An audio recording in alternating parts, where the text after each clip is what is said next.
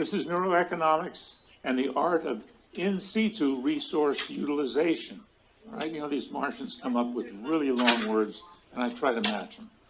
All right, we all know Gordon Gekko. We all know that greed is good. Greed is what motivates us all, unless we are doomed to some sort of no, I don't need to. I've got myself, I'm wired. Yeah, this is for the recording. Oh, for the recording? Because I want to walk around. That's fine. This will get at least get Okay, it'll get recorded anyway. Okay, very good. Now, did you know East India Company, that was their flag before we changed it just a little bit, okay? East India Company, what did they do that was different, other than losing 30% of everybody they sent to the East, okay? What made the East India Company rich? Opium. Opium, the thing that motivates greed from every direction, right? All right, but we have the Bonstell Group instead. Bonstell Group, mining and pharmaceuticals. All right, this is not some sort of national enterprise. This is private enterprise.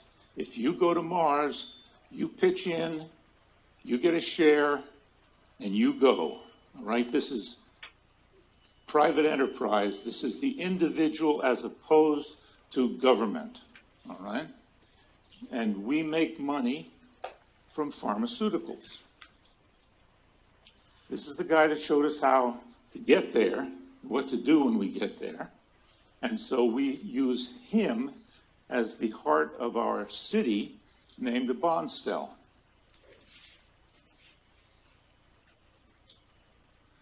And we need money here to pay for the things that we need there.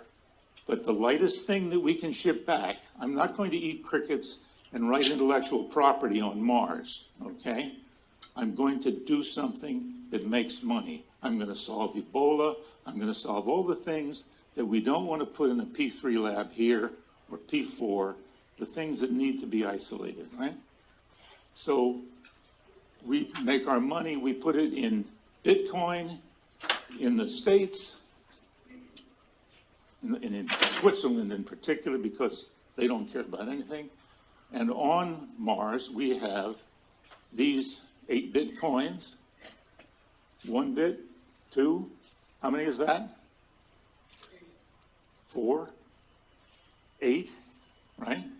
You know, it's just like, you know, regular money, but you can feel that with a glove. You can say, okay, you know, I want to buy something locally, all right, because you produce things locally too, and we'll get to that. Now, we're going to have men on Mars. And all men want to do is come back and talk about it, unless you have women. And if you have women,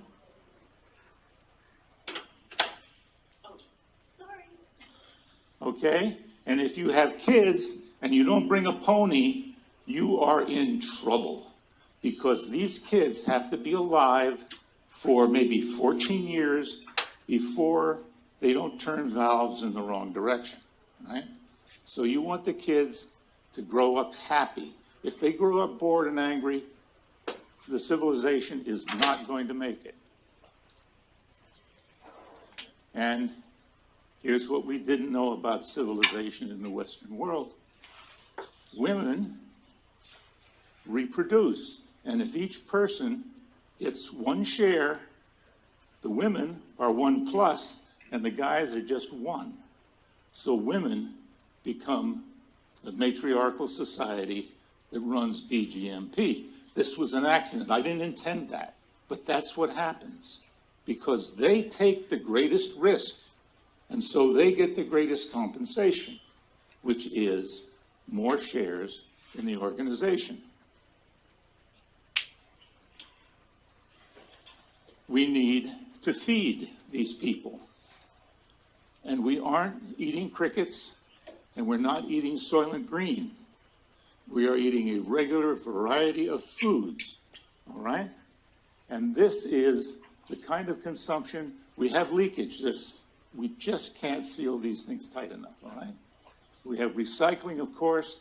We have waste, which we recycle into other things. We have water, livestock, plant, various foods.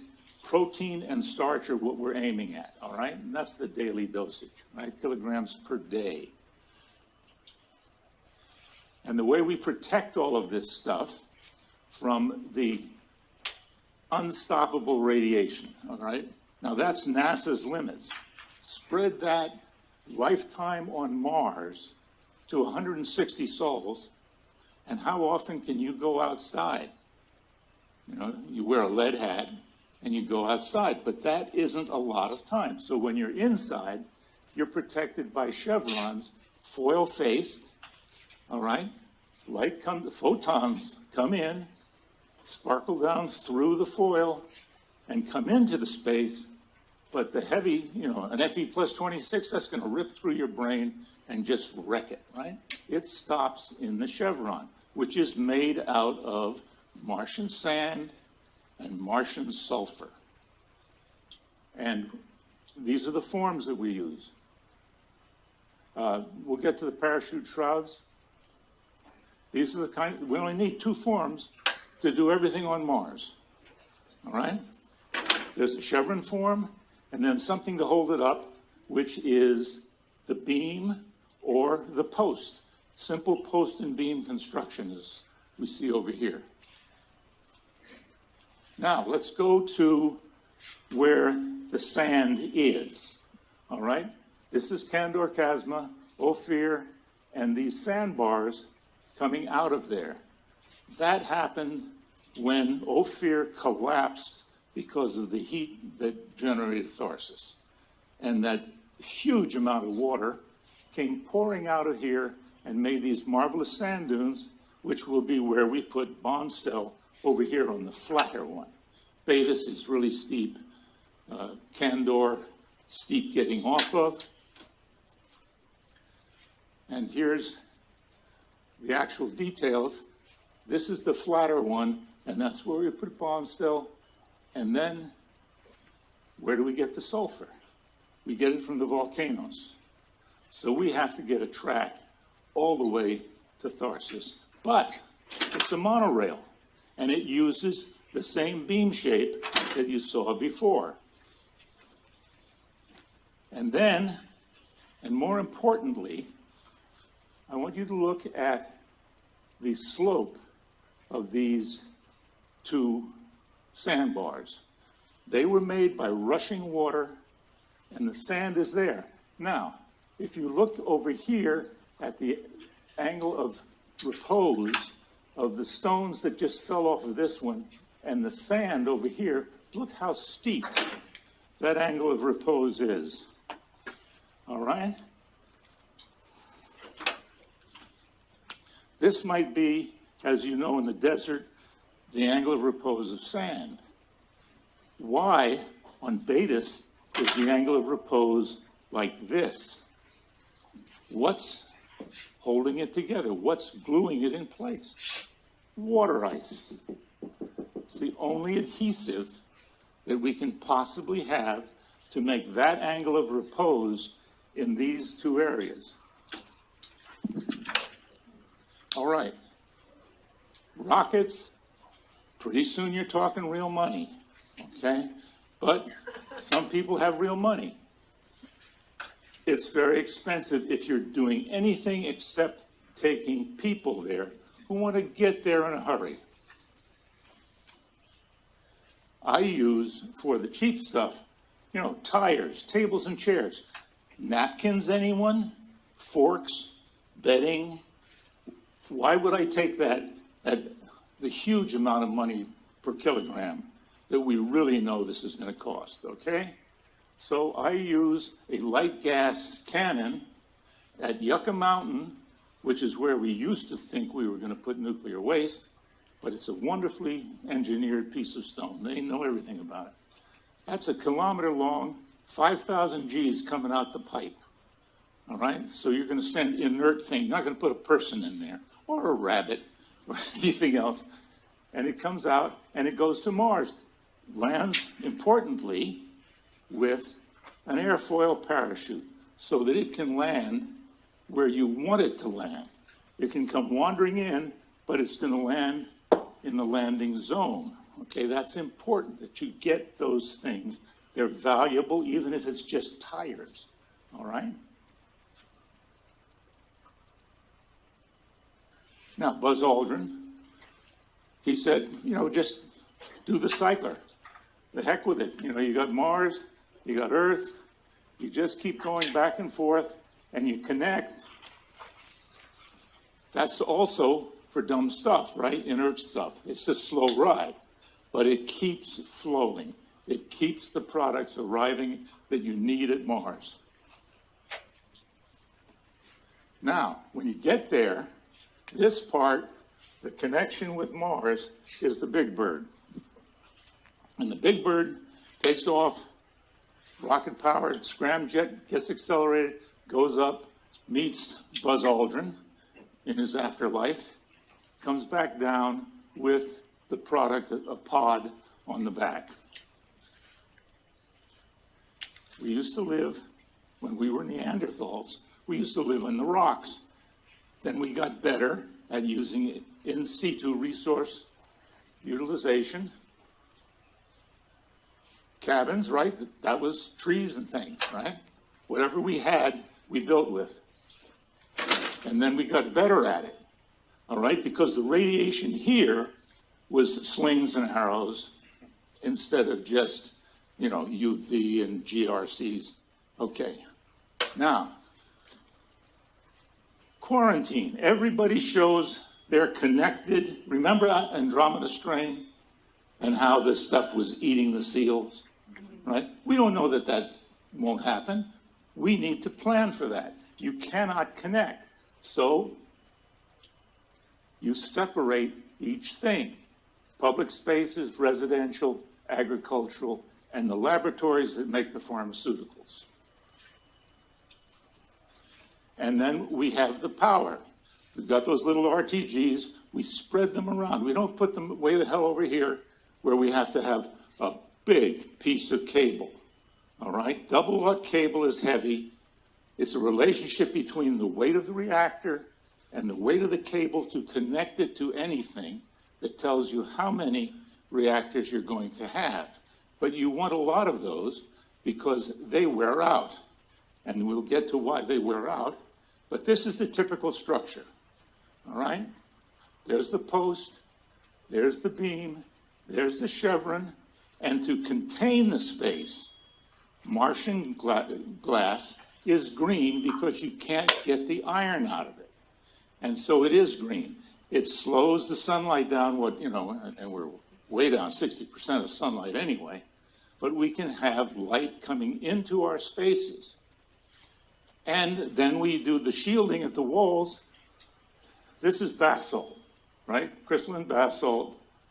And that's one of the shielding materials you can just pick up off the ground and stack. And it's there. You don't have to fly it there. You don't have to manufacture it. You just stack it. This is the typical chevron assembly. You can see the glass. Now, I pardon, but last year the young man spoke about butyl. Butyl is our sealant, okay? And that's how we seal those with another section between. This is natural light. This is green glass block, 8 inches thick, radiation protection, right, from every angle, and then the green on top. There's light inside these spaces. And if we have light, then we have Pekin ducks, the best converter of feed to food that you can get. They eat the crickets that they're threatening that they're going to feed to us. You feed the duck and then you eat the duck, all right? You need mason bees for pollination. You know, if you're going to grow plants, you got to have pollination. You need butterflies just because butterflies are neat. You need a whole series of insects. And when you do that, okay, you get the good stuff, because you're not going to live without bacon. It's the candy of meats, right? And here's what you need for food. When you see the residential things, you will understand what I mean by residential greenhouse, and you will understand why the coinage is useful. You will farm this small portion of your home and grow something that somebody's just got to have. This is your labs, and you need a clinic, of course. So some of them will be clinics. Most of them will be laboratories, making those pharmaceuticals in a safe place for return to the States, to Switzerland, to Russia, wherever Ebola is breaking out, wherever smallpox comes up. That's how we make our money. For the weight of this, all right, we get huge amounts of money. And that's even without making opioids and sending them back, which would pay for the whole thing in about a day, right? Now, go back to the residential. Here's the residential. That's 20 units, 2 people each, 40 people per strip, okay? Here's your greenhouse. That's where you keep a bantam hen, a citrus tree, a coffee tree. Oh, coffee will make lots of those coins, right? This is just a work area. You need to fix vehicles. You just roll them in, but you're under the chevrons, okay? You are protected, but you're working on things that are big and you can't take through an airlock, but you are shielded. Here is how you get from the quarantined area A to the quarantined area B in a bus. Hooks up at the power tower to an airlock. You get on the bus. Why is the bus pink? Why is the bus in all those colors? Because when there's a sandstorm and you're out there alone, you want to see the bus coming, all right? So color is very, very important on the surface of Mars, especially if you're alone out there. This is a public space, you know, you need those, right? A little bit of political theater, things like that are very important to people. Power, local power, the immediate power that you need is the Wonkel diesel, running on denatured carbon monoxide and oxygen, okay? Comes back out to the atmosphere just the way it went in, all right? You cut this out with your RTGs, put it in the Wonkel. Now you have a diesel electric generator, and you have a motorcycle. Just for the fun of it, or for getting around in a hurry, you have power in vehicles.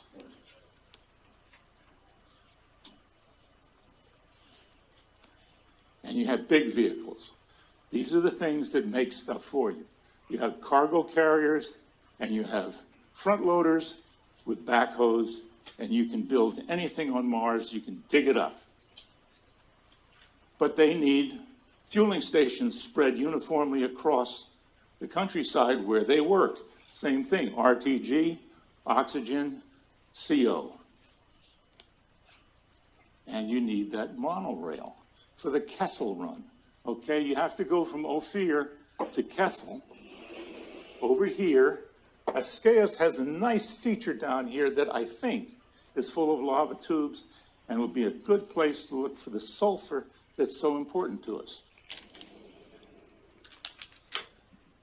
Now, if it goes to Mars, it stays at Mars. Nobody gets back, all right? You cannot afford to send Elon Musk, I don't care how much money he has. If he goes to Mars, he's staying there because I want his rocket. Where do I get my tankage? Where do I get my circuit boards? Where do I get it by taking those delivery vehicles apart. And I need lots of tankage to support people. And where is this water coming from? This is this is business end of a 1,500 meter drag line. There's the bucket, pulls that top from Candor, where we know there's ice because the water went rushing by. I'm not the technician for how to get the perchloric out of that. Someone else here knows how to do that. But that's how you get the ice and the sand to the center of the universe, to the center of Bonstel, where it gets treated and turned into beams and glass and water. Who plays res golf? The Native Americans figured this game out, right? There's rattlesnakes, sagebrush, and golf balls. But that's called res golf. And that's what we're going to do for boredom and sport on the planet. The arts, just think if Simone Biles was in 0.38 G, all right? That would be something to see. Sarah Arnold doing a jeté, how much higher would ballet be on Mars? It would be an art form that was completely new to the universe. And for the boys, there's bullfighting. What the heck? Who came up with that? Because we like steak, we have little cattle. They're called Dexter cattle. They're about this big. And if you're ever a farmer, you know that the smaller the bull, the meaner the bull. Okay, so you take Dexter and the guy would think, but this is a little 600-pound bull coming at you in 3/8 G. He's coming about eye level. It's going to be a great sport. Now, water is the thing that is going to make Mars last forever or nearly. We are not, it is against the law on Mars, absolutely against the law to export hydrogen. No. Oh yeah, we're going to make methane and make rocket fuel. You will not. The Martians, BGMP, will not let you export hydrogen. You must keep the water. It's an active desiccation planet. But Ceres, out in the asteroid belt, has the water. You put your RTG on there, little steam-powered jet. After a while, you get her in there. And then the world is going to try to cut us off. What is neuroeconomics? Neuroeconomics, what's in it for me? The world is going to say, well, you know, maybe energy, you know, it doesn't matter. It's oil, it's plutonium. That's what's going to get people going in opposite directions. But we know how to move asteroids because we move Ceres. So we are just as threatening to anybody on Earth who wants to take our lives away. And so, in closing,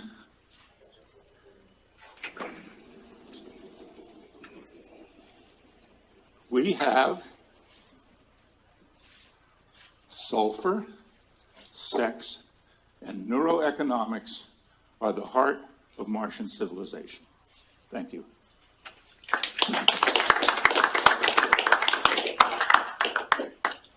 Any questions? Will Elon Musk's Hyperloop, do you see that being used as opposed to the monorail? The monorail is so dumb and simple that it just takes sand, sulfur, and tires, an electric motor.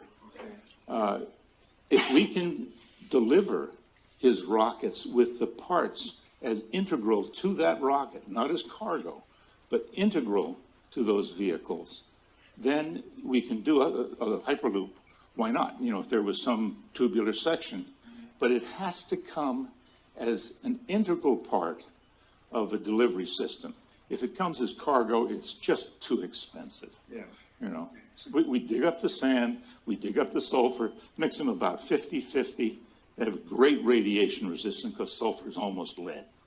So anything of technical importance, you know, fume hoods for the laboratories. Sure, they have to come from Earth, you know. Yes, sir. Why can't we use large 3D printers to reduce most of this dependence upon Earth? A fume hood is an easy thing to print. You take the dust, you... well, okay. How much energy versus... It's all cost, right? So which costs more? I would love to 3D print the knives and forks and things that I need. Sure. All the chairs. I mean, there's a subject, bing, done, right? And ceramics are an easy thing to do on Mars because you have sand that you can separate. You have the silicates that you can make ceramics out of. And that's why I chose the Wankel engine, because the seals are just simple ceramic pencils, that make that. So it's repairable there. It's not some fancy metal ring exactly sized. Yes, sir. Really elaborate. How much do you think it will cost, and how long do you think it'll take to Oh, do that? okay. We are talking about a modular city, right? We build up a few at a time, how many people at a time, how many agricultural units, but this is why it's modular. Remember, they're not connected, right? You don't have to have all this fancy connection. They are separated by the public bus, right? And so you build up in that first 3 kilometer, right? 1,500 meter dredge pulling around, right?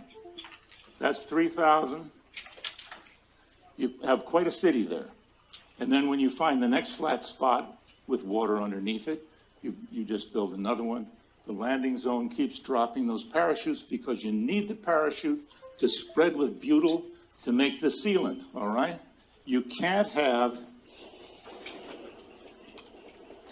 a building without a sealant membrane here. If you just put butyl there, it's going to go and pop, right? Just like a balloon. It has to be supported by parachute fabric. And that's the important part there. And then it's just dirt, space, pressure, beams, chevrons are heavy, the walls are heavy, you're pushing against, you're actually probably PA over, 3 PA over 4 maybe, but you're still, that's a big pressure differential over a large surface. So you need this membrane down in the soil before you can protect the building from leakage. Otherwise, it's just going to pop open through the bottom. Anyone else? Thank you.